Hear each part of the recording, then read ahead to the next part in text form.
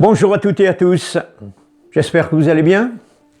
En ce qui me concerne, je suis ravi de vous retrouver pour vous raconter une autre histoire à vous faire frémir. Mais attention, prenez garde, car le récit que je vais vous raconter maintenant ne sort pas tout droit d'un roman d'horreur. Bien au contraire, car il repose sur des faits réels, des témoignages troublants, des preuves certifiées par les autorités locales de Londres que des événements paranormaux se sont déroulés dans le cimetière d'Highgate, près de Londres. Et afin de vous imprégner de cette histoire, eh bien, je vous propose une très courte balade dans ce cimetière où reposent de nombreuses personnalités, dont Karl Marx, mais aussi Faraday, mais pas uniquement, car il y a un personnage bien inquiétant, même je dirais terrifiant, qui se faufile par les nuits de pleine lune à travers les tombes de ce cimetière. Alors, je vous en dirai plus dans quelques instants, mais dans l'immédiat, eh bien, petite visite dans ce cimetière de Highgate.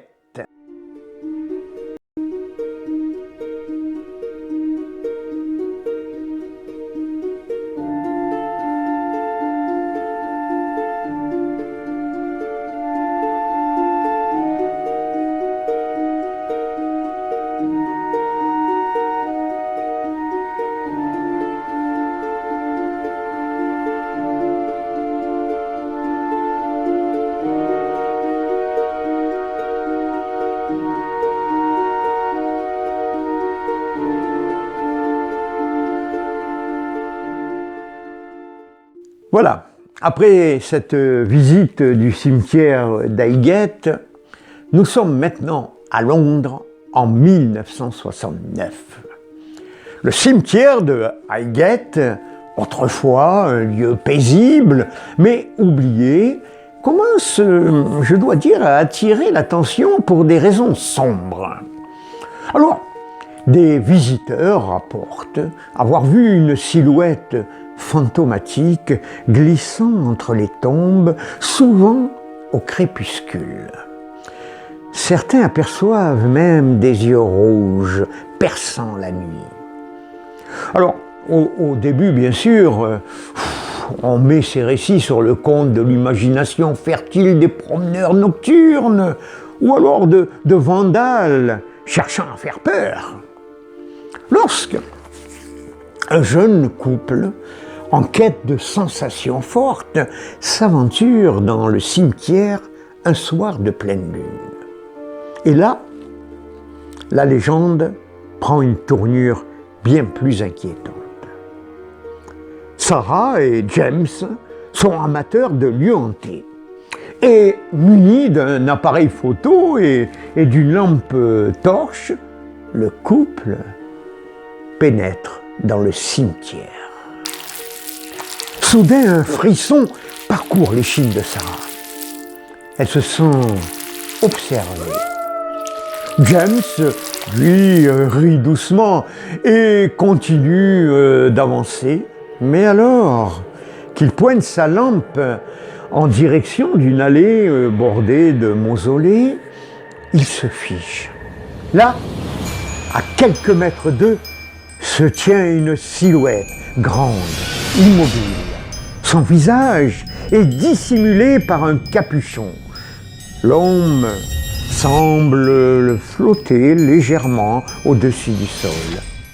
Puis, lorsqu'il relève la tête, Sarah pousse un cri. Deux yeux d'un rouge ardent la transpercent. James est terrorisé. Il attrape Sarah par le bras et la tire vite hors du cimetière. Lorsqu'ils racontent leur mésaventure, vous pensez, personne ne les croit. Jusqu'à d'autres témoignages commencent à affluer. Et peu de temps après cet incident, des événements encore plus troublants secouent le cimetière d'Highgate. Car on retrouve des animaux principalement des renards, des chats, sont retrouvés vidés de leur sang. Donc on aperçoit sur ces animaux qui sont sur le sol de cette allée du cimetière, on aperçoit que ces animaux n'ont aucune trace de lutte ni de morsure. Les blessures sont nettes, presque chirurgicales. Alors à ce moment-là, les journaux locaux s'emparent de l'affaire, même la BBC. Et très vite, un nom commence à circuler, c'est le vampire de Highgate. D'ailleurs, quelque temps après, des corps ont été découverts, vidés de leur sang. En 1973, les événements atteignent leur paroxysme et les autorités locales décident de mettre fin à cette terreur. Une enquête très approfondie est ouverte. Et suite à des témoignages précis faisant état d'un phénomène qui se produisait près d'un certain mausolée. Donc les autorités religieuses et policières décidèrent de pénétrer dans cet endroit. Et là, ils aperçurent un étrange cercueil, à l'intérieur duquel se trouve un corps intact, comme si l'homme dormait. Et alors, ils auraient, paraît-il, transpercé son cœur avec un pieu. Et là, chose incroyable, le corps s'est décomposé immédiatement et s'est transformé en squelette. Et depuis, l'entrée du mausolée est fermée. Mais ce qui est incroyable, c'est que les phénomènes ont cessé. Mais par contre, des décennies plus tard, le cimetière d'Highgate est toujours un lieu de fascination. Et certains promeneurs nocturnes affirment même ressentir une présence bien étrange. Alors pour la petite histoire, et ce que peu de gens savent, c'est que ce vampire aurait des origines françaises. Plus précisément dans le sud de la France. Alors, certaines sources affirment que cette entité pourrait être un aristocrate du XVIIIe siècle, un certain comte de Saint-Germain. Je pense que vous avez dû entendre parler, car c'est un personnage historique bien réel, mais entouré quand même de mystères parce qu'on le disait alchimiste, diplomate et prétendu immortel. Il aurait même résidé à plusieurs reprises dans le Languedoc, la Provence, et même, je vais vous faire une confidence, il aurait même séjourné dans la région toulousaine où certains même l'auraient aperçu sur la place du Capitole. Et donc, au XVIIIe siècle, plusieurs témoignages évoquaient un homme qui ne vieillissait pas, qui est capable de prédire l'avenir et de manipuler les esprits.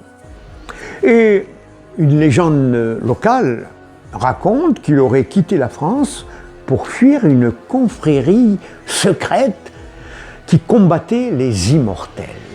Et certains pensent qu'il a trouvé refuge donc en Angleterre, et puis avant d'être reconnu sous une forme spectrale dans ce cimetière d'Highgate. J'espère que cette histoire vous a plu, et peut-être vous a-t-elle fait frémir. Mais si un jour vous allez à Londres, osez vous aventurer dans le cimetière d'Highgate par une nuit de pleine lune. Et puis, écoutez le silence. Ressentez l'air glacial. Et si vous croisez un regard rougeoyant, eh bien, je vous conseille de fuir.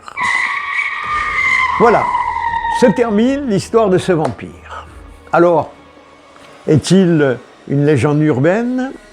Est-il un engouement médiatique à l'époque, ou bien une entité tapie dans l'ombre à la recherche d'une prochaine proie? Je vous laisse à votre appréciation. Et en tout cas, je vous remercie de votre écoute. Et puis, on se donne rendez-vous pour une prochaine histoire à faire frémir. Et en attendant, portez-vous bien, prenez soin de vous. À bientôt. Bye bye.